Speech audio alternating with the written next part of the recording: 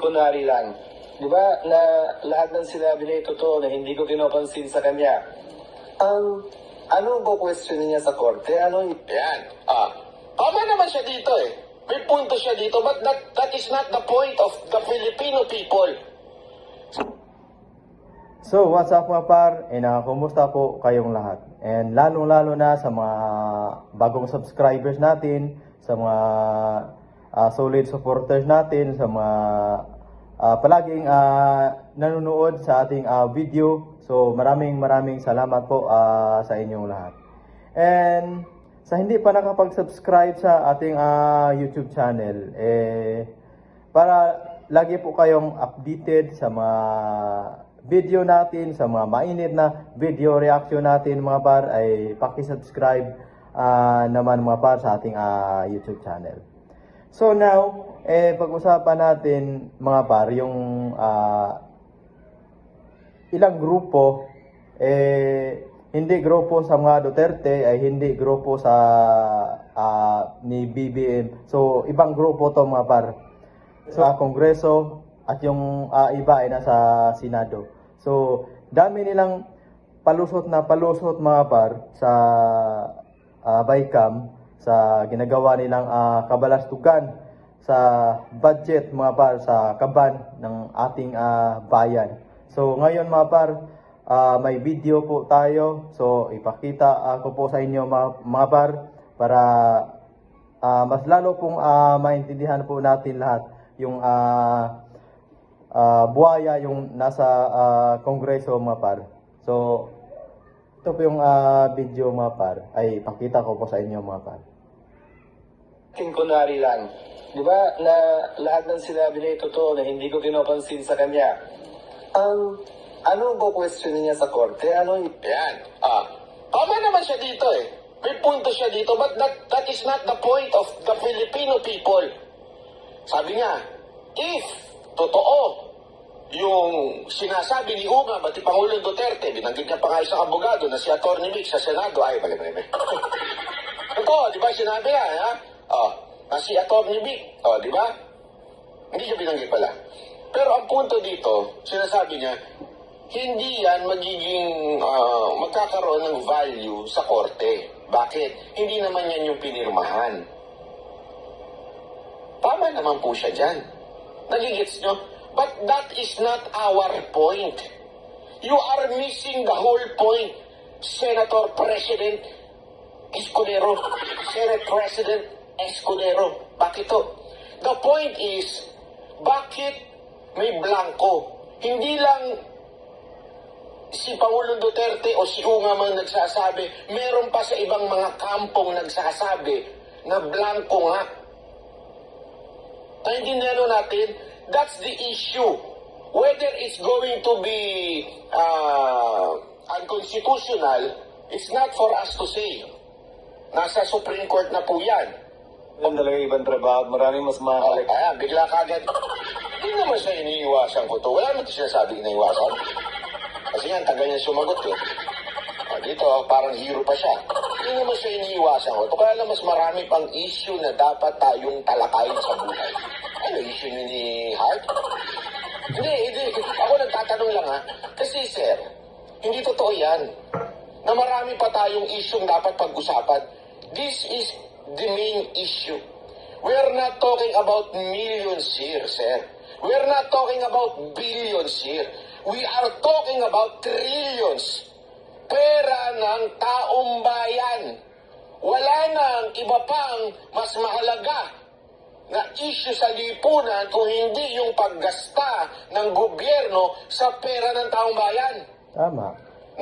Kaya tayo naghihirap, kaya tumataas ang lahat ng bilihin.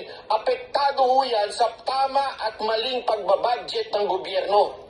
Bakit kanyo? Naghala po sa Pwede fraction ng sana gobyerno budgetan natin. ng Department of Agriculture ng ganito para ma-subsidy yung mga bilihin, yung mga kailangan sa mga farmers para bumaba ang presyo. So anong usapin yan? Usapin ng Kung hindi budget pa kurap yan, sir. yung So gobyerno hindi natin natin, pwede hindi sabihin tayo na hindi masyadong kasi ako may mahirap. mas mahalaga pang issue. Sir, ito ang pinakamahalagang issue sa lahat. Mawalang galang na po si Senator Escudero. Mawalang galang na po, sir. Ito ang importanteng issue sa ating bayan. Budget. Diyan nakadali lahat ng proyekto, trabaho, pagkain, food security, crime prevention. Bakit? Budget, importante yan. Pag walang pera, hindi gagalaw ang gobyerno. Tama. Mantakin mo kung sakaling totoo yung mga akusasyon na talaga nagkaroon ng hokus-pokus diyan. Madadali ho ang lahat ng aspekto ng ating lipunan. Paano ko nasabi? Pumunta ka sa restaurant. Nagdadabog ang waiter at saka waitress. Yung tipong hindi pa ang sarado, alas 10. 9 o'clock ka pumasok, tumitingin na sa relo. Sana o Rolex. Ay, hindi, joke lang. Kasi dada, tsaka si Coach Rolex. Oh. Sana ko Rolex. Titingin. Alas 9 pa lang, alas 10 ang sarado, ha? Para ba gang sinasabi, huwag na kayong pumasok, animal kayo? Linit kami sa mga jowa namin pag-uwi. Dadaan pa kami sa kabit namin. Diba, ganun. Bakit kanyo? Di numupo ka, alas 9 na. Upo ka. Sir, last call natin, 9:30. Ay, siguraduhin mo, alis ka ng alas 10. Ganun eh. Diba? Ganun naman ngayon eh. Tapos ano mangyayari? Habang umorder ka, patingin-tingin doon sa, wala na to. Operations, nasa DA eh. Department of Agriculture, meron sa PCA, Okay. meron sa Fisheries, Office Irrigation, of the Secretary, may mga ganon, ano. Nakita ko mismo kasi napadala ako ng kopya. Yeah. And at least 14 senators ang nakapirma. Napadalan daw po siya ng kopya. Ito, linawin natin ha. So meron siyang kopyang blanco. Linawin natin yan ha. May kopya siya na blanco. At yun din na sinabi ni Ungab. Ibig sabihin, yung kay Ungab, yun din yung natanggap siguro ni Lacson kasi may blanco din. At parang pareho nga, sa sinasabi sa Department of Agriculture may mga blanco. Malinaw yan. Kasi yung mamaya, meron kasing nako, ayoko na lang magsalita. Meron kasi lang isang nagsalita, sinabi niya, bakit isang kampo lang ang nagreklamo? Hindi isang kampo lang ang nagreklamo, mga kababayan. Pati po ito nga rin sinasabi ni Lacson, siya rin nakatanggap. Di ba? Sus, ginuro kayo. Doon sa Bicam report na may mga blanco. Nako.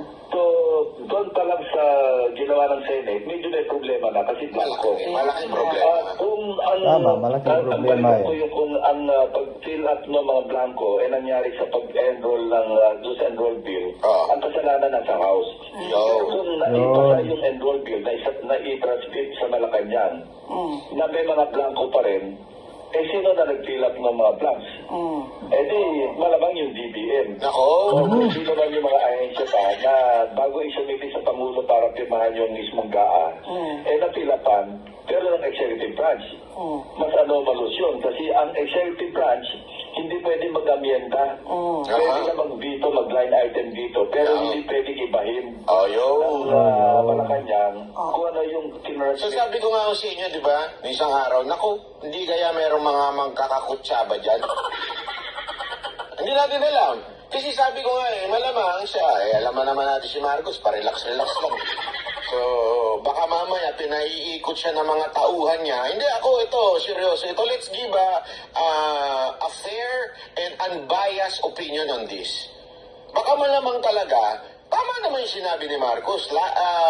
Malamang sasabihin niya, lying si Duterte kasi ganun yung tanong sa kanya. Ang problema lang, sana man lang, Pangulong Marcos, sinigurado nyo muna yung tanong, yung sinabi, kung totoo bang sinabi ni Duterte. Hindi ko sinabi ni Duterte ang pinirmahan ninyo ay blanco. Tama. Walang sinabi si Duterte gayon. Okay?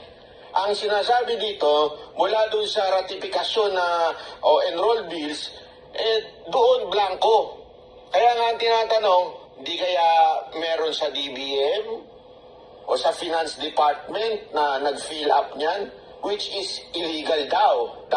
Okay? So, bago pinrint. Or, baka naman hindi nangailam ang DBM, hindi nangailam ang Finance Department ng Malacanang.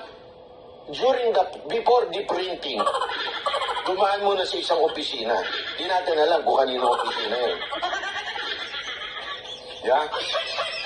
Dumaan sa opisina at sinabing, gago! Sir, ipiprint na natin to.